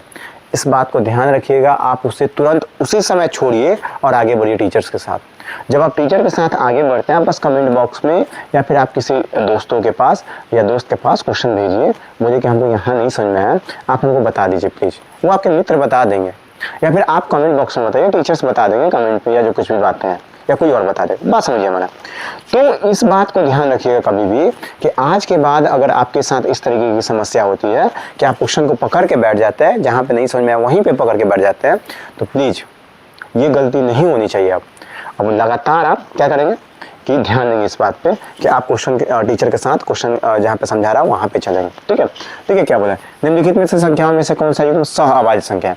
देखिए पहले बात, सह-अभाज्य संख्या उसको कहते हैं जिसका HCF 1 होता है, बस एक लाइन में समझिए, जिसका HCF 1 होता है। तो देखिए इन दोनों का HCF जब निकालेंगे तो 1 आएगा, नहीं आएगा। इसका HCF कितना हो जाएगा 12, और इसका HCF देखिए अंदर 6 आया तो HCF 6 आ जाएगा, ठीक है। यहाँ पे HCF 7 आ जाएगा, ठीक है, सबसे छोटी संख्या 7 है, 7 से दोनों कट जाता है तो 7 आ जाता है। ये 17 170 है तो इसका भी HCF 17 आ जाएगा, ठीक है। इसका HCF 1 आ जाएगा, 34 और 35 का गैप है 1 अर्थात 1 आ जाएगा HCF। इससे पे जब क्वेश्चन आएगा तो मैं बता दूंगा कि HCF क्या होता है, नहीं होता, ठीक है। इस बात को मैं बताऊंगा कभी डीपली एक्सप्लेनेशन के साथ। अब बढ़ते हैं आगे बोला ये क्वेश्चन में कि इस तरीके का क्वेश्चन है, इसको बनाना है, कोई बात नहीं, हम बताए थे आपको कि कभी भी इस टाइप का क्वेश्चन जब भी है सब्जेक्ट में फिकेशन का, तो आप बोडमास रूल यूज करेंगे। किसका? बोडमास का। बी फॉर ब्रैकेट, ब्रैकेट 3 तरीके का होता है, ठीक है, ये तीनों तरीके का ब्रैकेट है। तो ये पहले छोटा वाला का, फिर मझला का, फिर बड़ा वाला का काम करते हैं। ओ फॉर ऑफ, ऑफ का मतलब का, ये का जो दिया है। डी फॉर डिवाइड, ठीक है, ये का मतलब ये का, डिवाइड गुना, multiply sorry add, addition, subtraction. इस बात को ध्यान रखिएगा, ये बोडमास आपके बचपन में सर बताए हैं, तो इस बात को मत भूलिएगा प्लीज। ये बेसिक बातें ही आपको आगे लेकर के जाएगी। बेसिक बातें ये है, देखिए अब क्या है कि 2 में 6 से गुना करेंगे तो 2 6 के 12, ठीक है। अब 12 में से 3 घटाएंगे, 3 में से 12 घटाएंगे तो -9 हो जाएगा। बात समझिएगा, इस पूरा का वैल्यू आपका -9 है, ठीक। अब यहाँ पे प्लस है और फिर यहाँ पे -9 दे दिया है, सुनिएगा ध्यान से। तो यहाँ पे प्लस है, -9 है, -9 ही होता है, -9 कितना हो जाएगा, -18 हो जाएगा। ये पूरा का मान यहाँ तक -18 आ गया, प्लीज़ बात समझिएगा। ये पूरा का मान यहाँ तक क्या आ जाएगा, -18 आ गया, प्लीज़, ठीक है। यहाँ तक आपका -18 आ गया, ठीक। अब देखिए यहाँ पे ये प्लस है फिर माइनस है, तो आपको पता है कि सर ये जब इसमें भी जाएगा तो ये -20 हो जाएगा, क्योंकि माइनस है। तो चलिए पूरा का मान कितना जाएगा, यहाँ से यहाँ तक का -20 आ जाएगा, ठीक है, क्योंकि -2 है। अब -20 है और यहाँ पे देखिए ये जब करिएगा तो यहाँ पे 100 में 10 से भाग करिएगा तो ये आ जाएगा 10। अब 10 में से, ठीक है, 10 में से ये माइनस प्लस हो जाएगा, तो देखिए आप माइनस है, यहाँ पे भी माइनस है, ठीक है। इस बात को ध्यान से सुनिएगा पहले, ये 10 है, ठीक है, ये 10 है माइनस ये ब्रैकेट है और ये ब्रैकेट में -20 आया था मेरा, तो 10 और प्लस 20 अर्थात मेरा आंसर आ जाएगा 30। ये 30 यहाँ पे है, हो गया आंसर। इस बात को समझ लीजिए। देखिए एक और बात, सिंप्लीफिकेशन मिटा दिया है, कोई बात नहीं, मिटा दिया, हम आगे चलते हैं। सिंप्लीफिकेशन का जब भी क्वेश्चन आपको बनाना होता है तो आप प्लीज़ बोर्डमास रूल का आप ध्यान रखिएगा, पक्का क्वेश्चन बन जाएगा, कोई बड़ी बात नहीं है। और ये सब क्वेश्चन जितने भी हम करवाते हैं ना, प्लीज़ इस बात को ध्यान रखिए, मेरा जैसा क्वेश्चन आपके सामने है थोड़ा सा पॉज करिए, रुकिए और लिखिए। एक और बात, आपको टाइम लगेगा आपको ये सब चीज़ों करने में, प्लीज़ टाइम दीजिए। मैं एक्सप्लेनेशन करता हूँ, बहुत ज़्यादा टाइम लंबा भी वीडियो बन सकता है, आप उस पर टाइम दीजिए, क्योंकि इसके साथ आप इंगेज हो रहे हैं, आप टाइम दे रहे हैं, पढ़ाई को दे रहे हैं, किसी और चीज़ों को नहीं दे रहे हैं कि आपको टेंशन होगी, ठीक है। देखिए ध्यान से, एक छात्र ने एक अंक को 5/3 की जगह 3/5 गुना कर दिया। 5/, ध्यान सुनिएगा, एक छात्र है जो कि 5/3 की जगह 3/5 गुना कर दिया, यानी कि सही ये करना था, गलती ये कर दिया। बता दिए किस तरीके का क्वेश्चन जब दिया तो क्रॉस मल्टीप्लिकेशन कर दिया, अर्थात सही आंसर आपका 25 था, गलत आंसर कितना था, 16 था। तो गणना में कितना प्रतिशत की कमी कर दिया, कोई बात नहीं, कितना की कमी किया जी, 25 सही 9 कर दिया है, तो सॉरी 9 हो गया ना, यहाँ पे 16 क्या हो गया, चलिए कोई बात नहीं, यहाँ पे 9 हो गया, तो कितना की कमी कर दिया, 16 की कमी किया गणना में, और कितना से 25 से गुना कितना 100, तो 25 चौका 100, तो 16 चौका 64% की कमी कर दिया। देखिए यहाँ पे 64% है, हो गया आपका आंसर, उधर 64% होगा, ठीक है। चलिए अब आगे चलते हैं, आगे चलेगा तो क्वेश्चन नंबर 14 है आपका। क्वेश्चन नंबर 14 बोल रहा है कि 60 किलोमीटर प्रति घंटे की गति से चलने वाली 120 मीटर लंबी ट्रेन उसी दिशा में 10 किलोमीटर प्रति घंटे की गति से दौड़ रहे एक व्यक्ति को कितने समय में पार करते हैं। देखिए जब अगर आप में से किसी को ज़्यादा दिक्कत होता है तो आप कमेंट बॉक्स में डाल दीजिएगा कि सर ट्रेन हमको बहुत ज़्यादा दिक्कत होता है, तो प्लीज़ ट्रेन पर एक वीडियो बनेगा, मैं बना दूँगा, ठीक है। वैसे मैं उम्मीद करता हूँ कि आपको ये सब बात पता होगा, तो ही मैं इस सीरीज़ को चला रहा हूँ। देखिए ट्रेन का कंसेप्ट आपके सर बताए होंगे, ध्यान सुनिएगा, कि जब जब दो चीज़ें एक ही दिशा में चलती है तो उसका रिलेटिव स्पीड घटता है, ठीक है। जब दो चीज़ें एक दूसरे के अपोजिट डायरेक्शन में चलती है तो उसका रिलेटिव स्पीड बढ़ता है, मतलब जुड़ता है, ठीक है। इस बात को ध्यान रखिएगा। तो ये बोला है कि एक ट्रेन है, ठीक, एक ट्रेन है जो कि ट्रेन की दिशा में ही एक व्यक्ति भी दौड़ रहा है, और ट्रेन का जो गति है वो गति है 60 किलोमीटर प्रति घंटा, और उस व्यक्ति का जो स्पीड है वो 10 किलोमीटर प्रति घंटा है। तो क्या रिलेटिव स्पीड मेरा कितना आ जाएगा भाई, रिलेटिव स्पीड जो आ जाएगा वो 50 किलोमीटर प्रति घंटा हो जाएगा। क्यों, क्योंकि 60 में से हम 10 घटा दिए तो ये आ गया 50। अब आगे बात समझिएगा, एक बात याद रखिएगा कि कभी भी कोई ट्रेन किसी पोल को, किसी व्यक्ति को जब पार करती है, ये नोट डाउन करके लिख दीजिएगा कि कभी भी कोई भी ट्रेन किसी पोल को, ठीक है, और किसी व्यक्ति को, ठीक है, पार करता है, ध्यान सुनिएगा, पार करता है तो वो सिर्फ अपनी डिस्टेंस ट्रैवल करती है।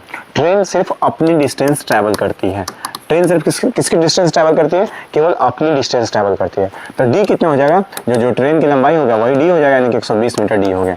अब एक बात याद रखिएगा, ये किलोमीटर प्रति घंटा में है और ये मीटर प्रति सेकंड में, किलोमीटर प्रति घंटा है। तो चलिए ये मीटर प्रति सेकंड में, सॉरी ये मीटर में है।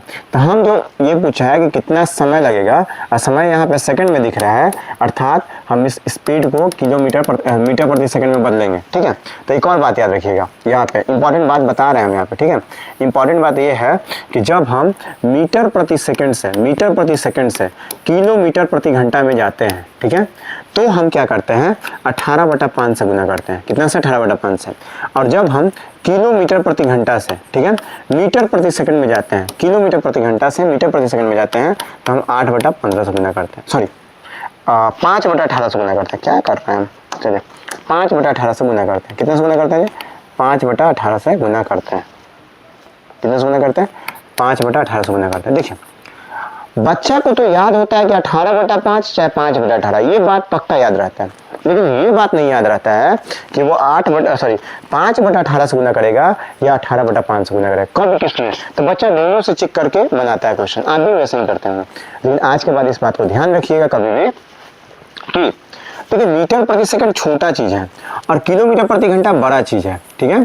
तो जब हम छोटा से बड़ा की तरफ जाएंगे तो बड़ा वाला ऊपर अर्थात 18 ऊपर।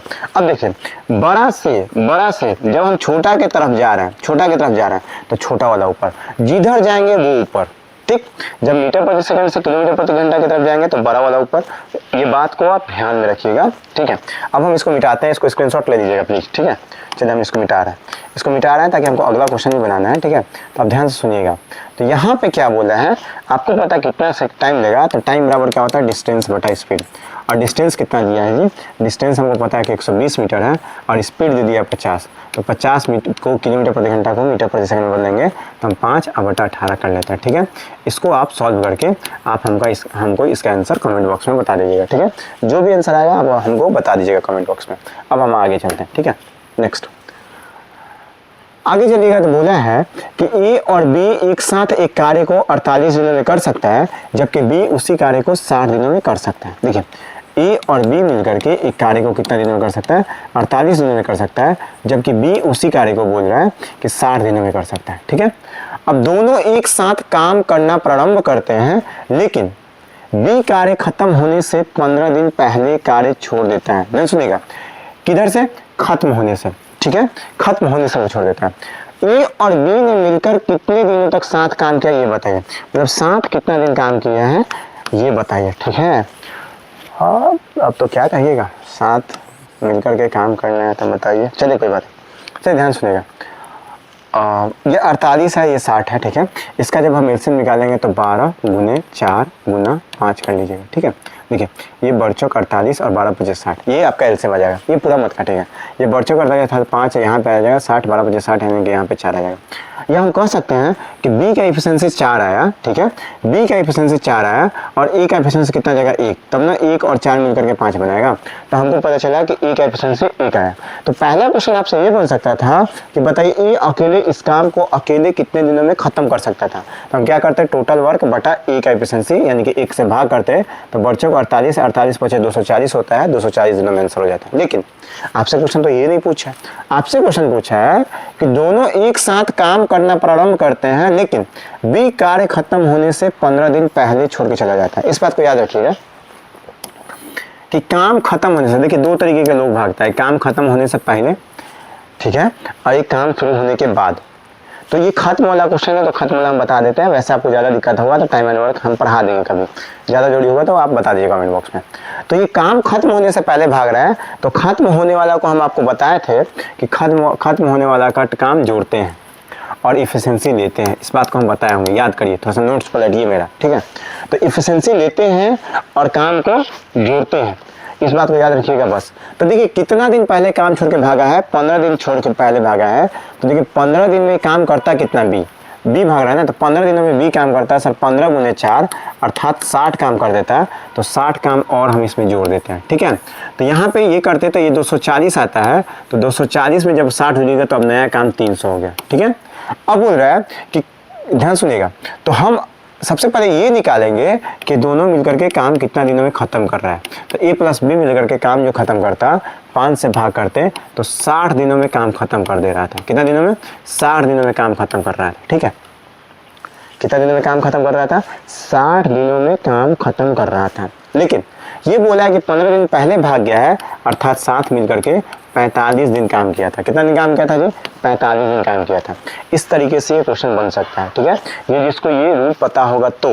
लेकिन अगर आपको नहीं पता है कि सर हमको ये भी नहीं पता है, तो दूसरा कोई तरीका है क्या, हम दूसरा तरीका भी बता देते हैं, ठीक है। दूसरा तरीका बताते हैं प्लीज, चलिए इसका स्क्रीनशॉट ले लीजिएगा, ठीक। दूसरा तरीका हम ये बता देते हैं आपको, ध्यान सुनिएगा।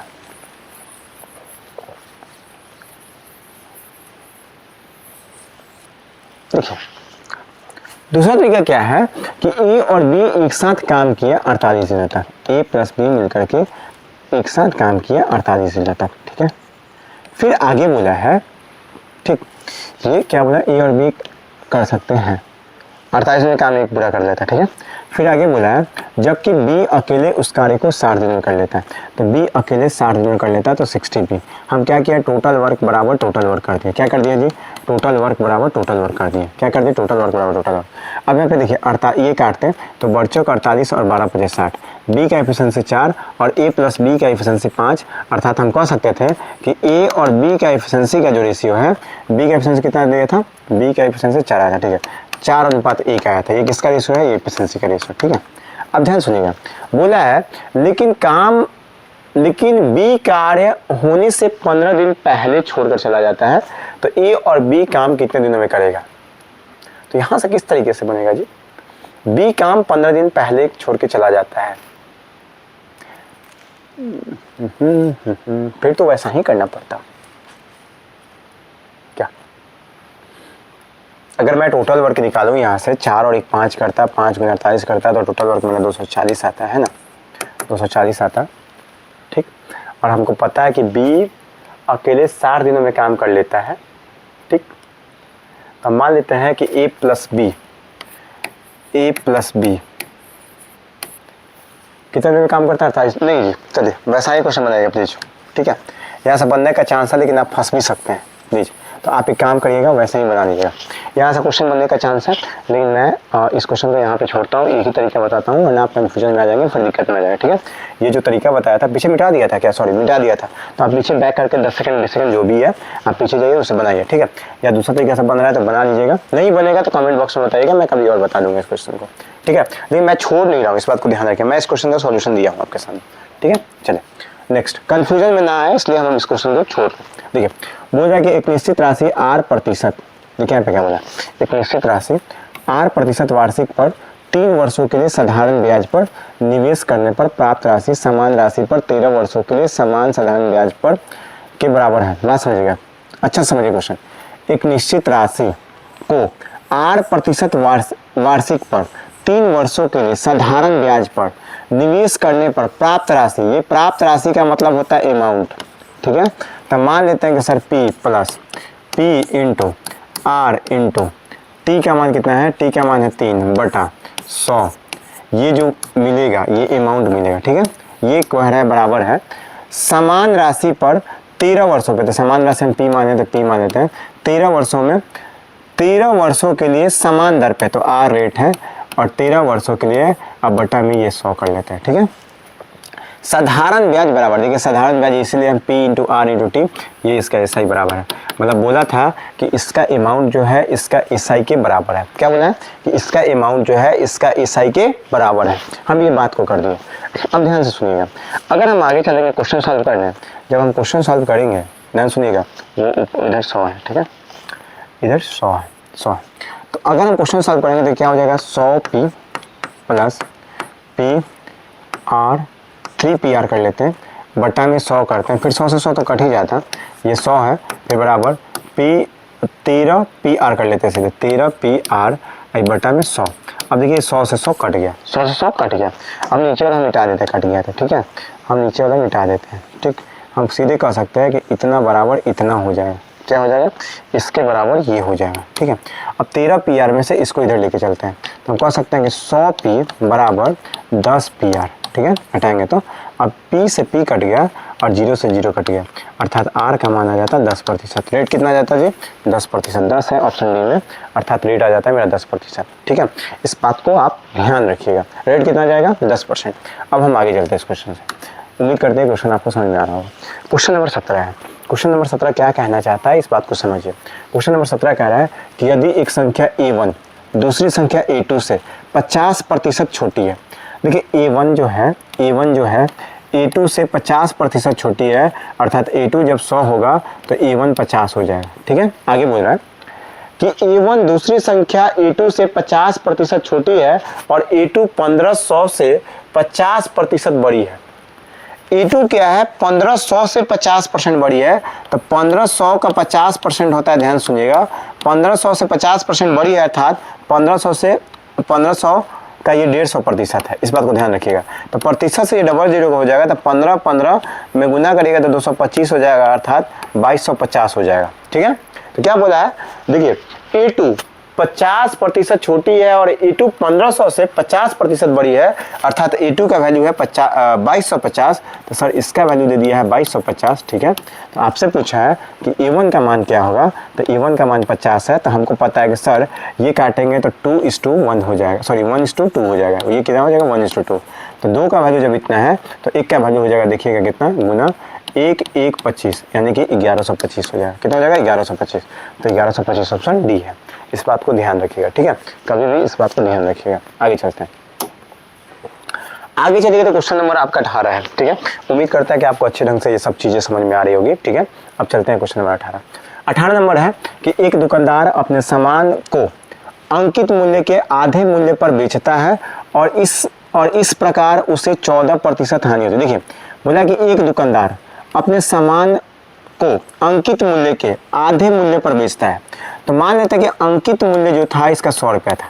ठीक है, उसके आधे मूल्य पर बेचता है, अर्थात SP जो होगा इसका 50 होगा। ठीक, और इस प्रकार उसे 14% का हानि होता है। तो जब ये 50 रुपये में बेचता है तो इसको 14% का हानि होता है, अर्थात CP का ये 86% के बराबर है। हम बताए थे क्योंकि 100 में से 14 घटा दिया तो CP का ये 86% के बराबर है। और ये प्रतिशत हटेगा तो नीचे 100 आ जाएगा, अर्थात जब हम काटेंगे तो ध्यान सुनिएगा, कितना से काटेंगे, 2 से काटेंगे तो ये हो जाएगा 4, यहाँ पे आ जाएगा 3, ये आ जाएगा 50, 50 को 50, CP का मान कितना आ जाएगा 2500 डिवाइड बाई 43, ये CP का मान है मेरा। ठीक है, तो बोला है यदि उसने उन्हें अंकित मूल्य पर बेचा होता तो उसका लाभ प्रतिशत ज्ञात करिए। ध्यान सुनिएगा जी, तो ये बोला है कि CP जो इतना आया है इस CP पर, ध्यान सुनिएगा, ये जो CP है ये डायरेक्ट MP पर बेचता, सॉरी ये डायरेक्ट यहाँ से इतना पर बेच देता तो कितना का प्रॉफिट होता है। तो हमको पता है कि सर प्रॉफिट प्रतिशत जो होता है, प्रॉफिट प्रतिशत बराबर होता है प्रॉफिट बटा CP गुना कितना 100। ठीक है, तो सबसे पहले हम CP तो निकालें यहाँ से, तो CP कितना होगा, 1 मिनट 86 4 90। ठीक है, क्या बोला है कि मूल्य पर बेचता है और इस प्रकार उसे 14% की हानि होती है। ठीक है, तो 14% का हानि हो जाएगा, यानी कि 86 का ये 100, ये 50 के बराबर। ठीक है, ये इतना आ गया। ठीक है, अब बात समझिएगा हमको, अब हम क्या करेंगे कि हम MP में से इसको घटाएंगे कि कितना है डिफरेंस। तो देखिए यहाँ पे अब थोड़ा सा कैलकुलेटिव हो जाता है। यहाँ से देखिए कैलकुलेटिव क्या होगा, हम बताते हैं कि सर 100 में से जब हम 2500 डिवाइड बाई 43 घटाएंगे तो यही हमारा डिस्काउंट आएगा बटा 1, तो ये आ जाएगा 4300 माइनस 2500। ठीक है, तो 25, ये देखिए 3 में से 5 घटाएंगे तो 8 हो जाएगा, क्योंकि 8 5 13 होता है, और 3 में से 2 घटाएंगे तो 1, 1800 डिवाइड बाई 43 आ जाएगा। ठीक है, तो हमको पता चला कि सर जो प्रॉफिट हो रहा है ये 1800 डिवाइड बाई 43 का हो रहा है, और जो CP जो मेरा आ रहा है, CP जो आ रहा है वो आ रहा है 2500 डिवाइड बाई 43 का आ रहा है ना। ये तो 43 से 43 कट जाएगा, 00 से 00 कट जाएगा, है ना। तो 18/25 यानी कि ये जो होगा ये गुना 100 होगा प्लीज। तो ये क्या हो जाएगा 18/25 गुना 100 यानी कि 2500 का 100 यानी कि 72% का प्रॉफिट हो जाएगा। कितना परसेंट का प्रॉफिट होगा जी, 72% का प्रॉफिट होगा। देखिए थोड़ा सा कैलकुलेटिव तो है ये क्वेश्चन। जब आपको लग रहा है कि सर ऐसा क्वेश्चन बनाने में आपने समय ले लिया, आप क्वेश्चन पॉज करके बनाइए, पक्का आप भी समय लेंगे। क्यों? क्योंकि थोड़ा सा ये क्वेश्चन कैलकुलेटिव था। ठीक है, तो दिमाग से खेलना था। ठीक है, उम्मीद करते ये बात समझ में आ रहा है। कुछ नहीं किया, बात समझिएगा फिर से मैं समझा देता हूँ। बोला एक दुकानदार है जो कि MP अगर 100 मानता है तो बोला कि इसको आप क्या बोला है कि एक दुकानदार अपने सामान को अंकित मूल्य से आधे मूल्य पर बेचता है, अर्थात इसका अगर MP 100 होगा तो SP हो गया था 50। आगे बोला है और इस प्रकार उसे 14% की हानि होती है। तो 14% की हानि हो गया, अर्थात CP का वो 86% में ही बेच दिया होगा, और CP का 86% में 50 हो गया था, क्योंकि यही SP है। ठीक है, अब यहाँ पे हम क्या किए, कैलकुलेट किए तो CP का मान 2500/43 आ गया है। अगर यहाँ पे भाग करते तो ज़्यादा कैलकुलेटिव होता है, इसी कारण से इसे छोड़ दिए।